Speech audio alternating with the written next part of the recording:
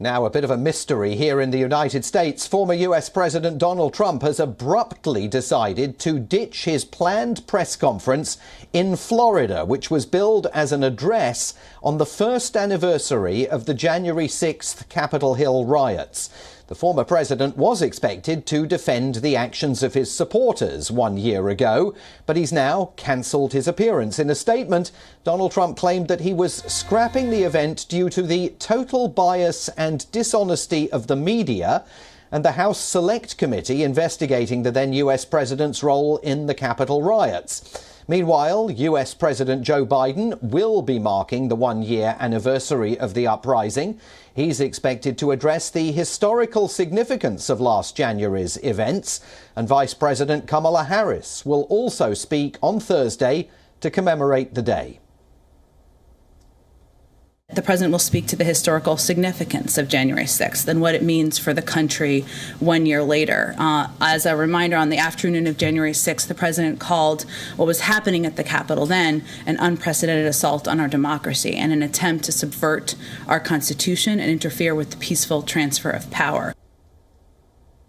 US President Joe Biden is set to describe the riots as one of the darkest days in American history.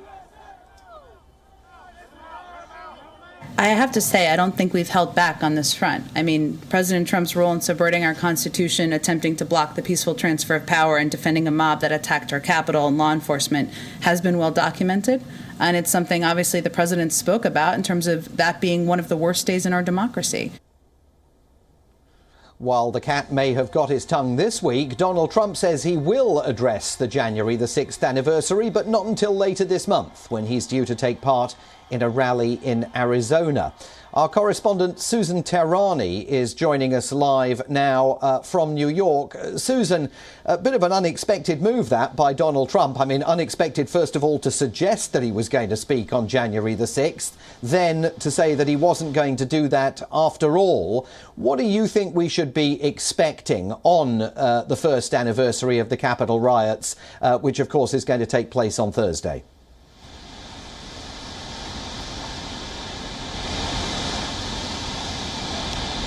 Right. Well, we do know that President Joe Biden, as you mentioned, and Kamala Harris are going to be holding that event. And the Democrats are really going to play on this quote unquote insurrection story and how America's democracy was almost trampled in the hands of Donald Trump and his supporters, if not for anything else than to further their agenda on the one hand and appeal to their supporters on the other. But regarding Donald Trump and his cancellation, while it's not very Trump-like for him to step back, some legal analysts say that perhaps it was his lawyers that advised him to not address the January 6th issue on January 6th, because a few days after January 6th, on January 10th, there is a federal hearing in a Washington, D.C. court that is expected to hear Trump's side, where a judge is set to hear the arguments dismissing a lawsuit filed by Democratic lawmakers and Capitol Police. And anything that Donald Trump says at that January 6th press conference perhaps might have complicated that issue.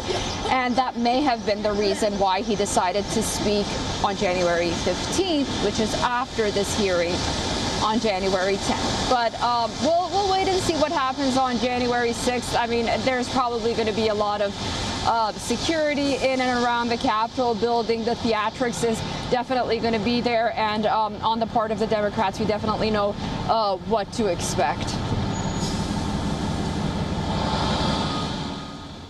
Susan, it occurs to me, and because I've been looking at all of these pictures in preparation for coverage on January the 6th itself, the more you look at those images and you hear the sound of what actually took place up on Capitol Hill 1 year ago, the more astonishing it seems. I mean, the fact that the United States will be marking this first anniversary, and people will once again, in great detail, be seeing those pictures, hearing the story of that day. The White House must be hoping that reminds at least Democrats all over the country of the dramatic difference between the Trump presidency and the Biden presidency, albeit bruised as Joe Biden's administration has been over the last year?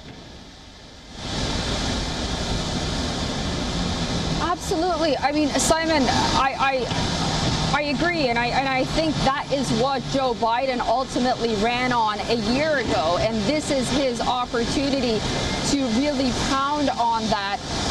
It was a shocking incident, nonetheless, what we saw on January 6th last year, something that no one in contemporary history had ever seen.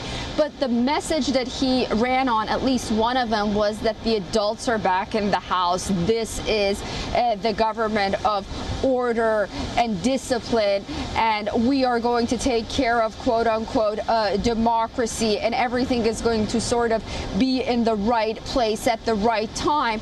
And Donald Trump's administration, true or not, true or false, at least this is what they were hoping to get out there, was an administration of chaos. And Donald Trump was sort of a bull in a china shop, that everything he touched just went, berserk. So, as you mentioned, playing out these footages and holding that sort of vigil and the theatrics of January 6th, this administration hopes to at least demonstrate that